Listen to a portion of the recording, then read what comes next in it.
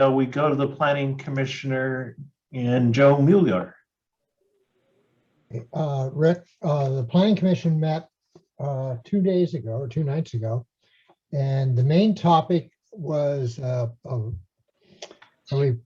conversation with city staff on housing, and in particular looking at our inclusionary ordinance. But as the topic that staff had been working on has evolved recently, it's evolved to more of how do we set up a strategy to get ahead of our regional housing needs assessment numbers, so that SB 35, which is the Streamlining Act, isn't effective, right? If we're ahead of the program, then it's out in front of us, and that means we get the normal process back instead of skipping CEQA and discretionary approvals. We'll still have some of those.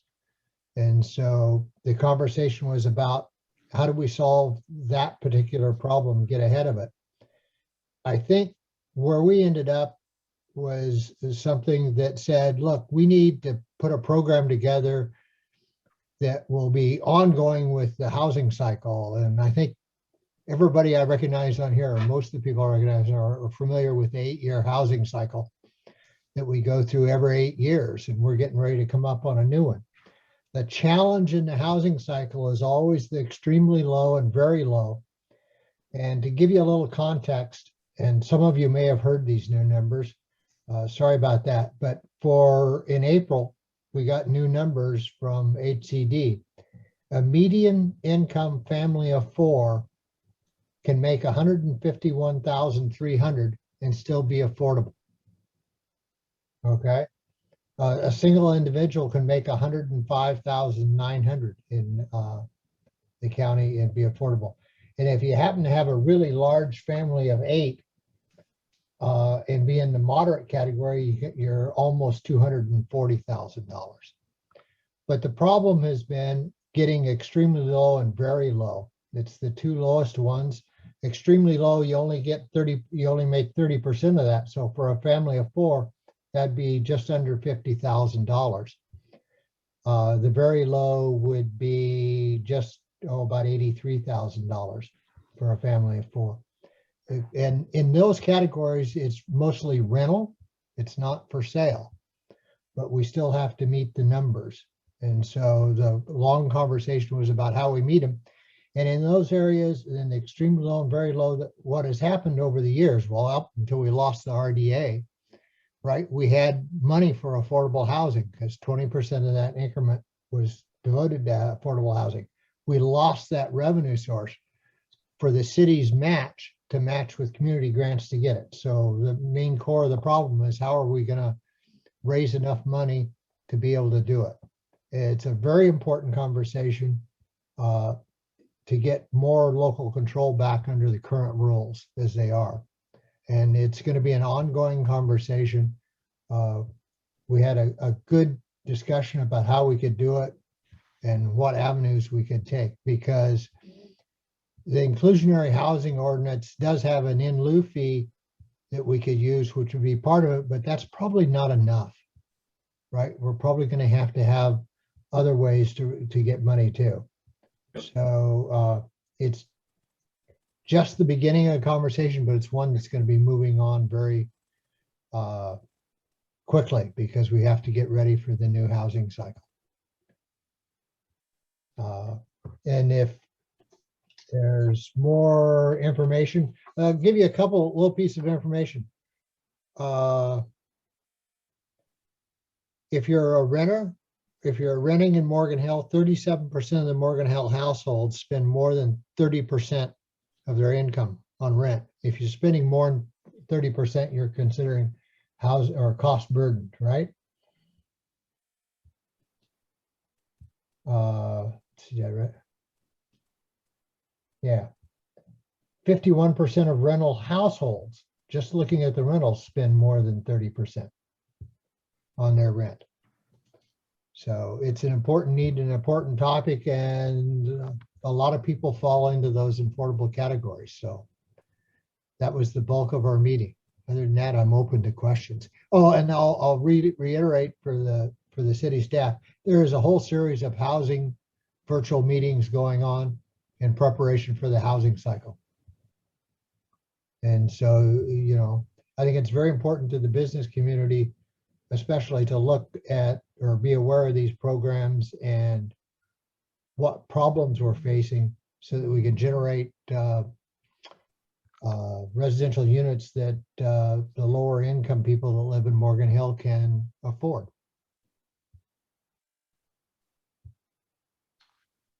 Okay, any questions for Joe? I know the housing topic is one that's certainly hot and certainly needs a lot of attention. We know as business owners and folks that, you know, housing tends to cost the city a lot more than it provides. And industrial and commercial actually funds a lot of that. So it is a very important topic. Yeah, so in terms of, you're looking at from the city revenue side and looking at that, but on the other side of it is we have the state saying we have to build housing at these income levels can afford to rent in, right? And the penalties and that are much stronger than they used to be. And they're basically putting demands on the city that you must see that this gets built. And you see it in some of the affordable housing projects that are currently either permitted or coming online. Hey, Rick, I would just say on housing, I think the interest of the chamber, there are too many voices in Morgan Hill right now that are negative towards affordable housing and are trying to pigeonhole affordable housing into a certain category that I think is offensive. And I think the chamber could be a better, stronger voice about the need for affordable housing. This morning, we've heard about 2 different developments in Morgan Hill where the employees, every employee at Evergreen and probably most of Tony's employees, none of them could afford to live in Morgan Hill if we did not have an affordable housing program, if we did not build the kind of housing that Joe was talking about. That's where the chamber's interest ought to be, that if we're really going to be able to recruit jobs to Morgan Hill and companies that produce jobs, then we have to have the kind of housing to support that. And simply building multi-million-dollar houses, every company has one CEO. Building a bunch of multi-million-dollar houses is not going to cut it. We need to really think about the entire fabric of our community. We need to think about where our kids are going to eventually live and where the employees at Nick's shop are going to live, where the employees at everyone at Evergreen, and again, probably most of Tony's employees are going to live. And Morgan Hill ought to be preparing for that. And so as these community voices that are out there are getting louder in the way that they are putting down affordable housing, perhaps employers in Morgan Hill ought to start countering some of that with some of their needs of their employees. Because maybe an affordable house is a tax loser to the city, but the benefits that that employee brings in shopping in Morgan Hill and working in Morgan Hill more than counterbalance those services that are supplied to a home. Just my soapbox. Well, thank you for that, Larry. So I guess I should, on the other side, say that Morgan Hill has a tremendous history in building affordable projects. Like Yes. 1 in 8 houses in Morgan Hill, or 1 in 8 residential units in Morgan Hill is deed restricted. Yeah, and no one else. Or 1 in 8 is affordable, right? 1 in 8 is affordable, right? And there's not very many cities in the state that can even come close to that. The problem is, due to the housing emergency that's declared by the state, they've rewritten the rules, okay? And as long as we're not meeting our lower end numbers, they're going to keep taking our ability to control, our ability to do CEQA review and things else in the Streamlining Act away from us. So we have to figure out a way that we can sustainably build this and keep enough control locally that we can do like we've done for years. For years, we've tried to keep the project smaller. And just look at the size of some of the projects that are coming online right now are getting ready to come online, we would try to break those projects up. But because we don't have the kind of control under the current law, we have to figure out how to do them. As long as we're behind, we have less ability to control. A little bit about what looks on, less ability to review, because the state under SB 35 takes away our discretion. They all become ministerial approvals and are all on a quick timeline. So that is an important context to keep in this, that we will have more ability to do things and control it if we stay up with the numbers. And the real challenge is in the lower numbers, right? It's always been that way. It's not just Morgan Hill, it's everybody in the state, right? Or I'll say the majority of the state cities have the problem in the lower end numbers. So that's the conversation that we have to have, is how do we get online with getting it, and how do we stay there? So that every 8 years, when the new numbers come up, until they get out of this housing emergency, right? And give us back some of the control that we should have, that we can do it another way maybe. But right now we have to figure out within the rules how we can get some control over it, so we can deliver these units so that we can get off the list. The state keeps 2 lists, right? If you're on the very bad list, the projects need very little affordability before you have to streamline. If you're on the not so bad list, which Morgan Hill has been on ever since they started doing them, we have to have 50% affordable projects before they get streamlined, okay? But if we're off those lists completely, like I said, we then get some discretionary back. And I believe our residents would really like us to have more control than we have right now by being on the not so bad list. Okay, Alex, you had your hand up. You have a question for Joe? Actually, it's a comment. Joe, it might be time for you to come and speak in front of the realtors again. And some of the dichotomy of feelings that you expressed within the community are certainly represented in the real estate community. And I think Marby will agree to that. It's ongoing. And I think it's important that the real estate community knows why all those horrible looking townhouses are going up everywhere. And some of them are the size of a small city. So it's really changed the personality of our town. I don't know if a better word, maybe Larry, you or Steve, you got a better word for me, but I think that's the crux of the situation. So is it okay if I schedule you for a Wednesday morning sometime in June or July? Yeah, just give me a little bit of advance, and I will get with Rebecca and make sure I've got the up-to-date numbers and misspeak. Yeah, and make it as visual as you can. Yeah. And I'm going to dive, because in July, every time somebody speaks, we lose somebody. So I want to, as you all probably have heard, 4th of July is going to be on the 4th of July this year, and the 3rd, and it's live. It's we're having a real event, series of events, real fireworks, real parade. No more of that digital stuff, at least for now. What we desperately need, however, is volunteers. So I'm asking you to contact your circles and go to morganhillfreedomfest.com and sign up for volunteers, to be a volunteer, either for the parade or the run, which Steve ran for so long, and all kinds of different cool jobs. And you get a neat t-shirt too. Thank you, Alex. Nick, you have your hand up. Yeah, first let me apologize for being late to you. I'm sorry, got caught up in a little bit of work early this morning. I want to go back to a question that Larry just brought up as far as where we can go from a chamber. And I may be the most naive on the phone today regarding the issue, but I certainly understand that Steve is complicated and is multifaceted. But Larry, you kind of spun a thought in my head. as it relates to the issues of employees and their inability to be able to live and work here in Morgan Hill. Maybe Joe, maybe you can help us with this, or Larry, based on your past experiences, or Steve. Where can we go to get some sources of truth to understand how that cascades across the community as far as the contributions? You're right.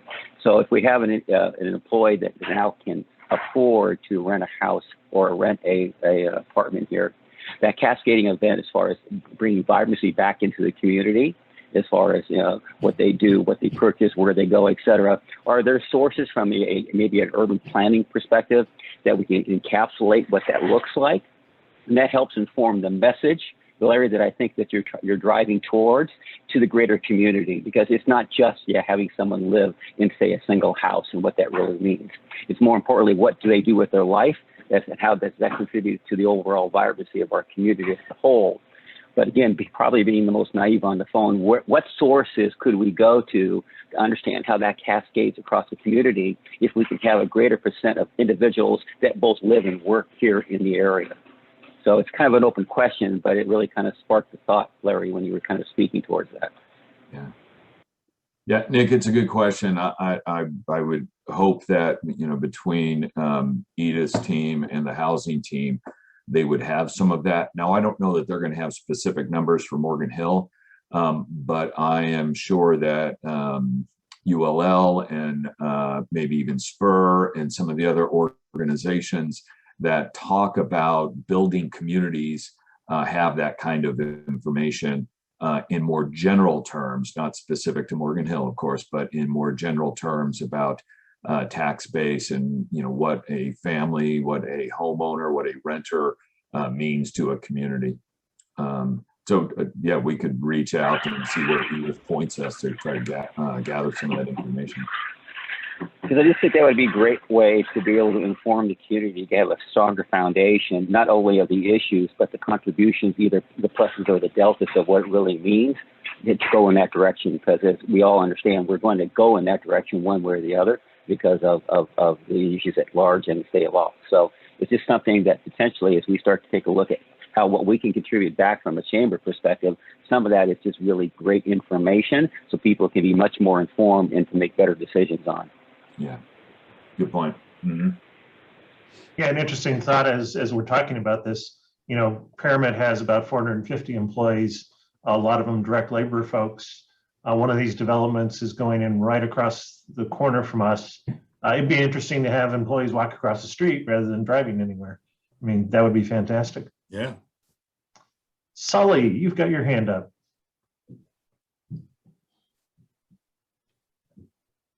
Hang on.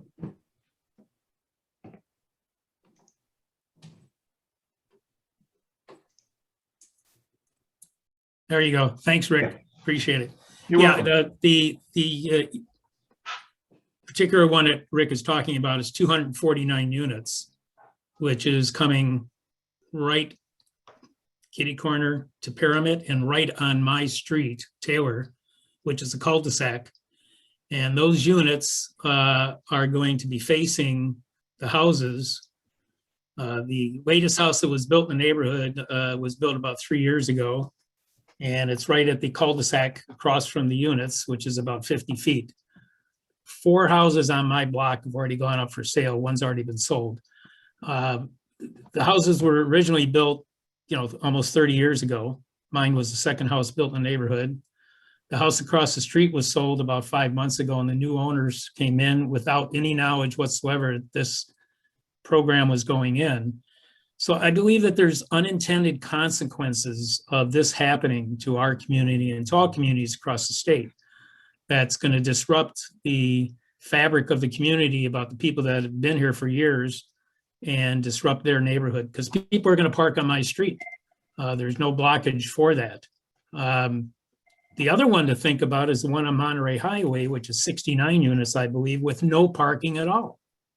So the unintended consequences for our city, I think, are going to be something that we need to look at, discuss further, figure out how we can mitigate it, and look at those things long-term, because this is not going to go away anytime soon. And it is going to disrupt the community in many ways, which we probably haven't even thought of thus far. Believe me, that people in our neighborhood, this is not a NIMBY type thing. This is the thing that our neighborhood was built this way and the zoning was built a specific way and the zoning was changed to put these units in, which kind of disrupts the people that are already living here. So enough said, but I think the city needs to look at the unintended consequences of what's happening. Thank you.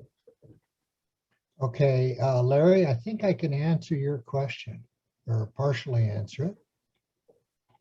Let me hang back. You were asking about a mix. Right now, and I'm not exactly sure how exactly what date this comes up to, but it's in one of the slides used at one of the workshops. 73.9% is owner occupied and 26.1% is renting in Morgan Hill.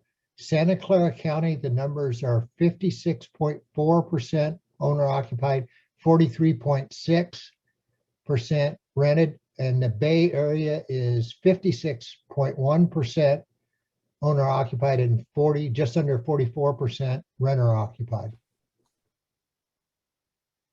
It's a little bit different question, but that's an important data point that as we talk about who lives in homes in Morgan Hill, that more than 70% of our residents, more than 70% of what is owned is occupied by the owner.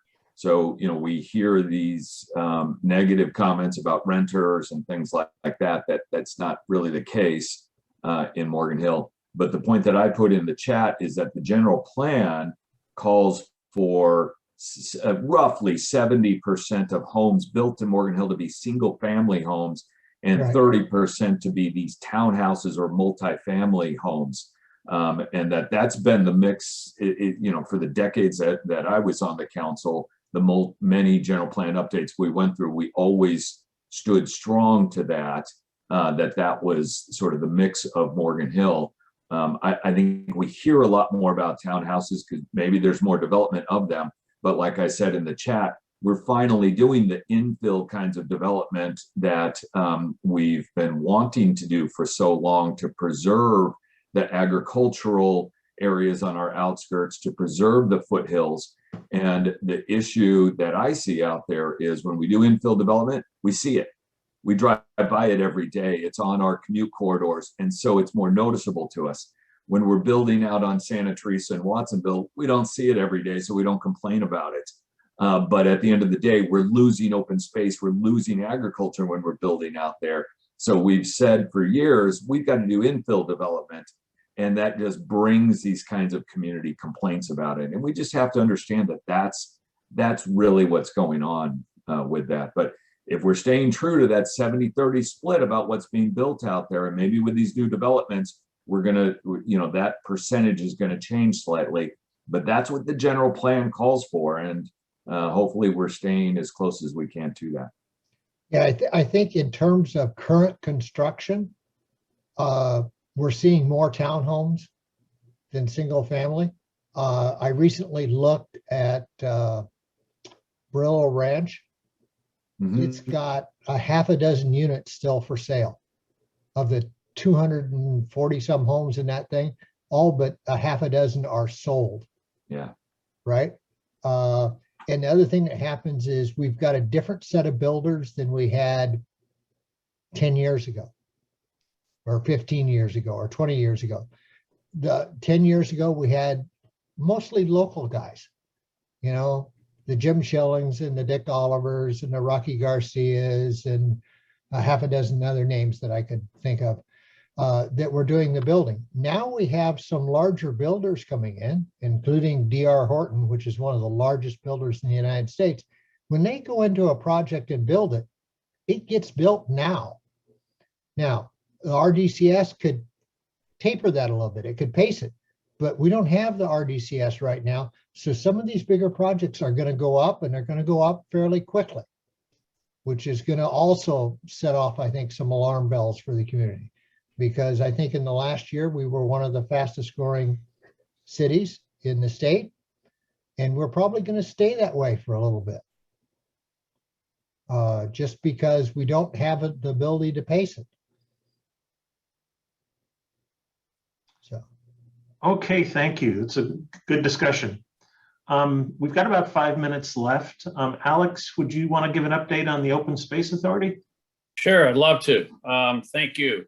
You can see from my background, you're looking at the Coyote Valley Open Space Preserve, which is at the west end of Palm Avenue. How many of you ever have been there, taken advantage of it? Good. Well, it's 380 acres. It's about to become almost 4,000 acres.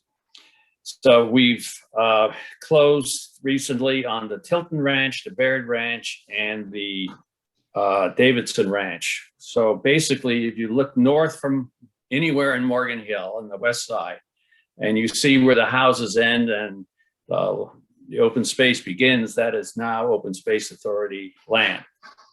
And we're in the process of putting it together and making it available for people's use. We found all kinds of interesting stuff on it. I won't take time to let you know, but it was quite a discovery. What's been going on that ranch by the people who own it for the last 100+ years. So that said, there's a 15-acre sliver of it just off Hale on the very north end of Morgan Hill that the Open Space Authority is in negotiation with the city to dedicate as a park, and a staging area. So that's what's coming. We're also basically have been able to acquire more of the land from on the east side on Coyote Ridge as well. So we're gonna have the place covered. We're also dedicating some of this land to the Bay Area Ridge Trail. Some of you have heard of that. Bay Area Ridge Trail is gonna be about 500 miles long. It's literally gonna circle the Bay Area, and it'll go through a lot of Open Space Authority land and Morgan Hill as well. Can I answer any questions? Well, get out there and use it. Do you know that during COVID participation, we never shut down. County parks shut down, we stayed open, and we made some adjustments so people wouldn't have to touch anything. We did close our restrooms, etc., just to keep it safe and everything like that. Our participation went up over 400% during COVID. People needed to get out. What little sanity they had left, they were able to retrieve in our preserve. So I think we did a good job. Well, great. Thank you, Alex. Any questions? Tony. You're muted, Tony. There we go. Sorry, I was actually going to ask about bike paths, so this kind of just came up. The Bay Area Ridge Trail, that's awesome. I've actually rode, I'm kind of near Hellier Park is where I live. So I've rode into work a couple times. It's super fun using that path. But when I got to Cochrane, it was kind of like the fun ended, and there was no other places really to ride. I wanted to kind of ride through the town, and I ended up just on Butterfield. And I know by the Safeway around here, I see there's a small maybe bike trail that's built out, but I don't know if that's really short or, what do you guys have any plans for that, for the future besides the Bay Area Ridge Trail or? Well, we're open for hiking, equestrian, and biking. We work closely with the, let's call Rompers, the local off-road the biking community. So Okay. Yeah, what you're describing actually isn't our stuff. Part of it belongs to the various jurisdictions that it goes through and the state, Caltrans. But I think the other thing is there is a bike master plan for bike pathways inside the city of Morgan Hill. And we try to fill in as much as we can as we build it. as we can get funding for it. That's awesome. That always makes the city fun, I feel, just having those paths. And I think there's one along the creek maybe too, I thought I maybe saw. I'm just kind of keeping an eye out. Yeah. That's county parks. Got it. Oh, and the water district. Isn't it fun to have all these agencies helping you, helping to confuse whatever anybody wants to do? Yeah. Okay, well, I want to thank everybody for attending today's meeting. I want to keep us, oh, I see Sully put his hand up again. Sully, you have a last minute question? Thanks, Rick. I just have a quick question for Alex. Alex, about 4 or 5 years ago, there were some discussions with the Open Space Authority and the WERC about putting together a plot of land up off of Uvis when you bought that property up there. That fell through for some reason. I don't know what the reason was. I don't either. I've and- been following it. It just disappeared. Yeah, I wondered, I know that property's still sitting there. It was perfect because there was electricity, there was water, there was everything there that they would need. And it was about a 10-acre, I think, site that was looking 10 or 15, I forget what it was. But if we could revise those discussions again, I forget who we were talking with, somebody from the open space. Yeah. They seemed to so- be in favor of it, and then all of a sudden it just kind of died for some reason. Yeah, I think if we poke it in the rear, we might be able to revisit. Why don't you and I talk offline? Great, thanks, Alice, appreciate it. Sure. Okay, again, thank you everybody for attending. And we will see you all next month. Thanks. Thank you. Thanks, Rick. Thank you. Great day, everyone. Thanks, everyone. Good to see you.